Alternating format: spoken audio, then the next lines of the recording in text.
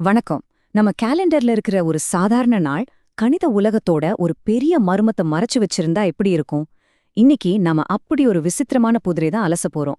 பிப்ரவரி 21. இந்த தேதிக்கு பின்னால என்னென்ன கதைகள் ஒளிஞ்சிருக்குன்னு பார்க்கலாமா?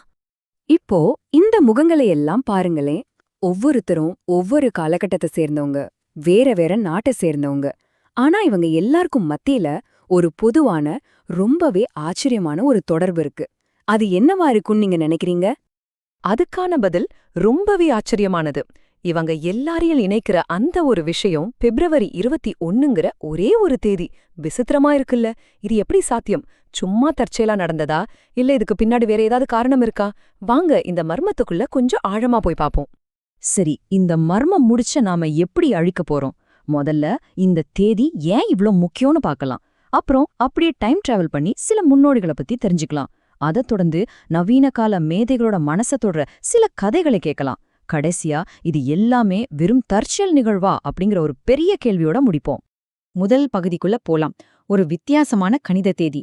இது எவ்ளோ பெரிய விஷயம்னு புரிஞ்சுக்கிட்டா உண்மையிலே ஆச்சரியமா இருக்கும். வாங்க ஆரம்பிக்கலாம். அப்பப்பா, இந்த தேதியோட வீச்ச பாருங்க. இது ஏதோ 10-20 வருஷ கதை இல்ல. 400 வருஷத்துக்கும் மேல நீடிக்கிற ஒரு விஷயம். 1591ல ஜிராட் டிசார்க் பறந்ததுலேருந்து ஆரம்பிச்சு பல நூற்றாண்டுகளை தாண்டி இந்த தேதி கணித வரலாற்றுல தொடர்ந்து வந்துகிட்டே இருக்கு. இது உண்மையிலே ஒரு அசாதாரணமான தொடர்ச்சி. சரி, நம்ம டைம் டிராவல் ஆரம்பிக்கலாமா? இந்த விசித்திரமான தொடரோட முதல் புள்ளிகள் எங்கிருந்து வந்தது?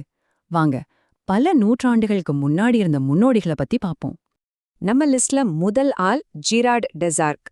இவர் 1590ஆம் வருஷம் பிப்ரவரி 21 பிறந்தவர்.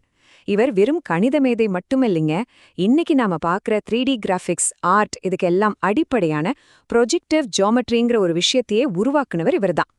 இப்போ அப்படியே ஒரு 2 நூற்றாண்டு முன்னாடி போவோம். இங்க இத்தாலியை சேர்ந்த கணித மேதை பியட்ரோ பாவ்லியை சந்திக்கிறோம். இவர் இறந்தது பிப்ரவரி 21, 1839. பிறப்பு மட்டும் இல்ல, இறப்பும் இந்த தேதியில நடக்குதுங்கிறது இந்த நிகழ்வு ஏதோ ஒரு குறுகிய காலத்துல மட்டும் நடக்கலங்கிறத நமக்கு தெளிவா காட்டுது. சரி, பழைய காலத்துல இருந்து இப்போ நவீன காலத்துக்கு வருவோம். இங்கதான் வெறும் எண்கள், தியரி எல்லாம் தாண்டி மனசு தொடுற சில மனித கதைகள் இந்த தேதியோட பின்னி பிணைஞ்சிருக்கு. ஆண்ட்ரூ ரானிக்கி ஒரு டொபாலஜிஸ்ட். ஆனா அவரோட கதை கணிதத்தையும் தாண்டி ரொம்ப ஆழமானது. 2ஆம் உலகப் போரோட கொடூரமான வார்சா கெட்டோவிலிருந்து தப்பிச்ச அவரோட பெற்றோரோட கதையிலிருந்து தான் இது தொடங்குது. அந்த போரோட தாக்கம் அவரோட வாழ்க்கையில எவ்வளவு ஆழமா இருந்துச்சுன்னு அவரோட இந்த வார்த்தைகளே சொல்லும். அவர் சொல்றாரு, எனக்கு ஏன் தாத்தா பாட்டி இல்லைன்னு நான் கேட்டதே இல்ல. ஏன்னா என் ஸ்கூல்ல எல்லாருமே அகதிகளோட குழந்தைகள் தான். ஒரு தலைமுறையோட இழப்ப இதை விட அழுத்தமா சொல்ல முடியாது. நம்ம வாழ்க்கையில சில சமயம் ஒரே ஒரு முடிவு நம்ம மொத்த வாழ்க்கையும் மாத்திடும் இல்லையா? கிளிஃபோர்ட் கேப்ஸ் வாழ்க்கையில அப்படி ஒரு தருணம் வந்துச்சு. அவர் கார் ஓட்டிட்டு போறாரு. வலது பக்கம் திரும்பினா ஃபாரஸ்ட் ஸ்கூல், இடது பக்கம் திரும்பினா ஹார்வர்ட் யூனிவர்சிட்டி. அவர் இடது பக்கம் திரும்பின அந்த ஒரு நொடியில கணித உலகத்துக்கு ஒரு மிகப்பெரிய மேதே கிடைச்சாரு. அடுத்தது தன்னோட கொள்கைக்காக போராடின ஒருத்தரோட கதை. சோவியத் யூனியன்ல இலியா பியூடெஸ்கி ஷபீரோ ஒரு எதிர்ப்பு கடிதத்துல கையெழுத்து போட்டதுக்காகவே வேலையை விட்டு தூக்கப்பட்டார். நாட்டை விட்டு வெளியேற முயற்சி செஞ்சப்போ கேஜிபி அவரை கண்காணிக்க ஆரம்பிச்சாங்க. அறிவியலுக்காக அவர் கொடுத்த விலை இது. இவங்க மட்டும் அல்ல, இந்த பிப்ரவரி 21ங்கிற நட்சத்திர கூட்டத்துல இன்னும் நிறைய பேர் இருக்காங்க. வாங்க வேகமா இன்னும் சிலரை பாத்திரலாம். முதல்ல அயர்லாந்தின் ஜார்ஜ் ஃபிட்ஸ் ஜெரால்ட். இவரு பிப்ரவரி 21, 1901ல மறைஞ்சாரு. ஐன்ஸ்டீனோட சார்பியல் கோட்பாட்டுக்கே அடித்தளம் போட்ட சில முக்கியமான கருத்துக்கள்ல இவரோடது ஒண்ணு. அடுத்ததா ஜேம்ஸ் மர்சர். இவரு கணித சமன்பாடுகள்ல ஒரு பெரிய புள்ளி. ஆனா அதே சமயம் முதல் உலக போர்ல கடற்படையில வேலை செஞ்சு ஒரு பெரிய போர்ல இருந்து தப்பிச்ச ஒரு வீரரும் கூட. நாம இன்னைக்கு கம்ப்யூட்டர் கிராஃபிக்ஸ்லயும் அனிமேஷன்லயும் பார்க்குற அந்த ஸ்மூத்தான வளைவுகளுக்கெல்லாம் காரணம் ஸ்ப்ளைன்ஸ் அப்படிங்கிற ஒரு டெக்னிக் தான். அதை கண்டுபிடிச்சவர் தான் இந்த ஐசக் ஷோன்பர்க். கடைசியா ரஷ்ய கணிதவியலாளர் வேரா குப்லனோஸ்கியா கம்ப்யூட்டர் அல்ஜிப்ரால பல முக்கியமான வழிமுறைகளை உருவாக்குனாங்க. இயற்பியல், போர், கம்ப்யூட்டர் கிராஃபிக்ஸ்னு இந்த ஒரே தேதி எவ்வளவு விதமான துறைகளை தொடுதுன்னு பாத்தீங்களா? சரி, இப்போ நம்ம கடைசி கட்டத்துக்கு வந்துட்டோம். இவ்ளோ கதைகளை எல்லாம் கேட்டதுக்கப்புறம் நம்ம ஒரு முக்கியமான கேள்வியை யோசிக்கணும். இதுக்கெல்லாம் என்ன அர்த்தம்? இவ்ளோ நேரம் நாம தியாரி, கண்டுகுறிப்புகள்னு பேசிட்டு இருந்தோம். ஆனா கணிதத்தோட ஆன்மா எது?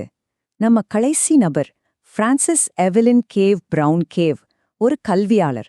அவங்க நமக்கு ஒரு புது கோணத்தை காட்டுறாங்க. கணிதம்னா ரொம்ப ட்ரையான வறண்ட ஒரு சப்ஜெக்ட்னு நிறைய பேர் நினைக்கிறோம் இல்லையா?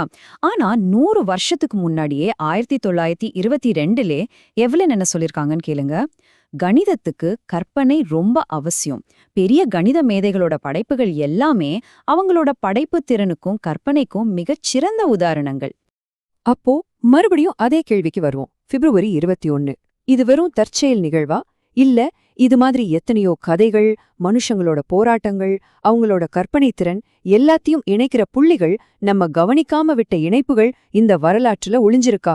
இந்த கேலண்டரோட பக்கங்கள்ல இன்னும் எத்தனை கதைகள் கண்டுபிடிக்கப்படாம காத்திருக்கோம்? யோசிச்சு பாருங்க. நன்றி.